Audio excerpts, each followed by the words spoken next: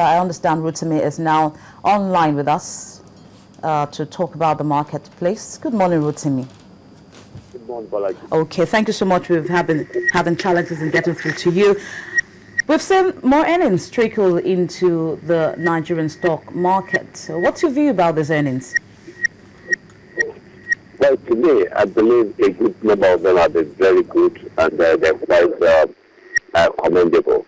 I think taking, for instance, the result of Corn Oil PLC, the revenue grew by 6%, and we see the profit after tax growing by 341%. And to me, I believe this is quite significant and very commendable. For the previous period last year, the earnings per share was 70 kobo, whereas for the same period this year, we are seeing 3 naira 1 kobo, 201 kobo. This is quite substantial, and I think it's quite commendable. And this is the kind of thing that actually excites the market. But be that as it may, there is quite a number of other results too that are not so exciting. And we can the good ones can always create an edge over the very good ones. So to me, I believe what we see presently is not a disappointment at all, even as there are trickles of results that are really not worthwhile.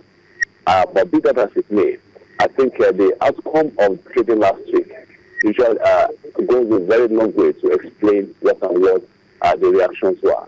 We saw Access being bashed seriously. And I think it's not far from what will have been, because every statistic concerning that particular company went down.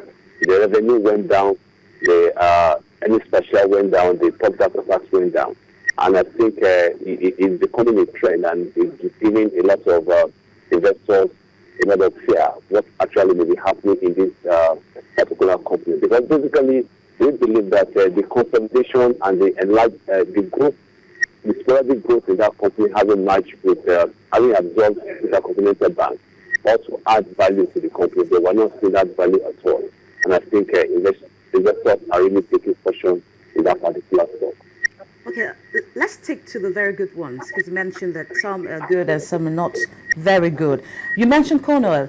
Do you know the reasons why these figures are looking very, very attractive at this time? Well, I think for corn oil,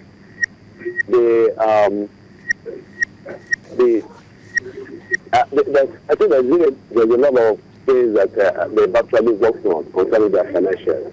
The cost of sale grew, but at the same time, the distribution expenses went down by almost 1 billion naira. Administrative expenses went down by almost 1.3 billion. So I believe is a kind of internal readjustment in their financial engineering that is actually responsible for the growth. But I think if that is the case, it doesn't really imply that for quite a long time they've been strong in a good number of things. And I think they are putting their acts better now, and that this is actually reflecting something better for the company.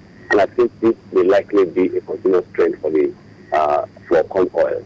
So we're just looking at these figures because of the administration that has been put in place. Yeah. Does it have any link at all? Or rather, are we saying that the dwindling output of crude production in Nigeria is not impacting at all on this company? Well, to me, I think if you look at other companies in the same sector, we haven't seen much of a growth in their revenue. And I think for what we are seeing here is not a difficult one it's not a strange thing happening for corn oil.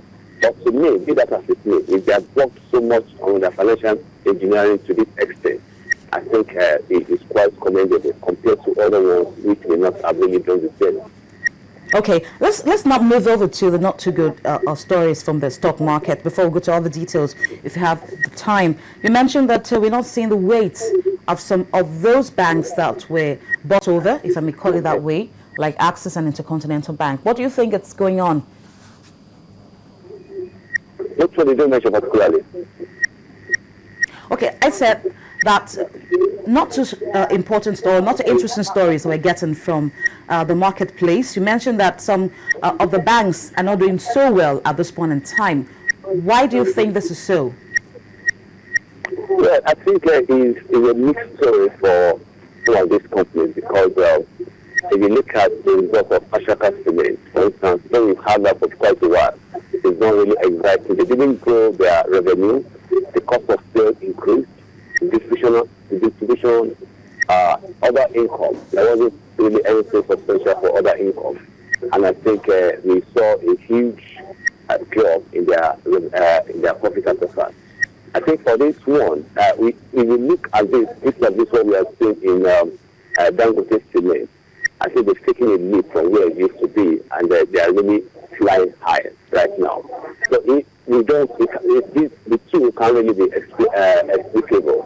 But for Ashaka Cement, I think they are having challenges for the location where they are. They are located in Gombe State, and I think this Boko Haram stuff has really hampered their operations, and it's not really helping matters at all. So I believe for one or two companies that have not really done well, I believe it's more to do with individual challenges than more broad economic challenges.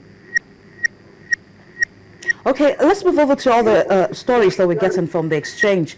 Looking at the weekly chart in terms of volume, we saw Equity Assurance and also Warwick Insurance pulling the highest volume of shares on the bourse. That again, please. I said, looking at the weekly activity charts, we saw two insurance firms, Equity Assurance and Warwick Insurance, actually pulled the highest volume of shares.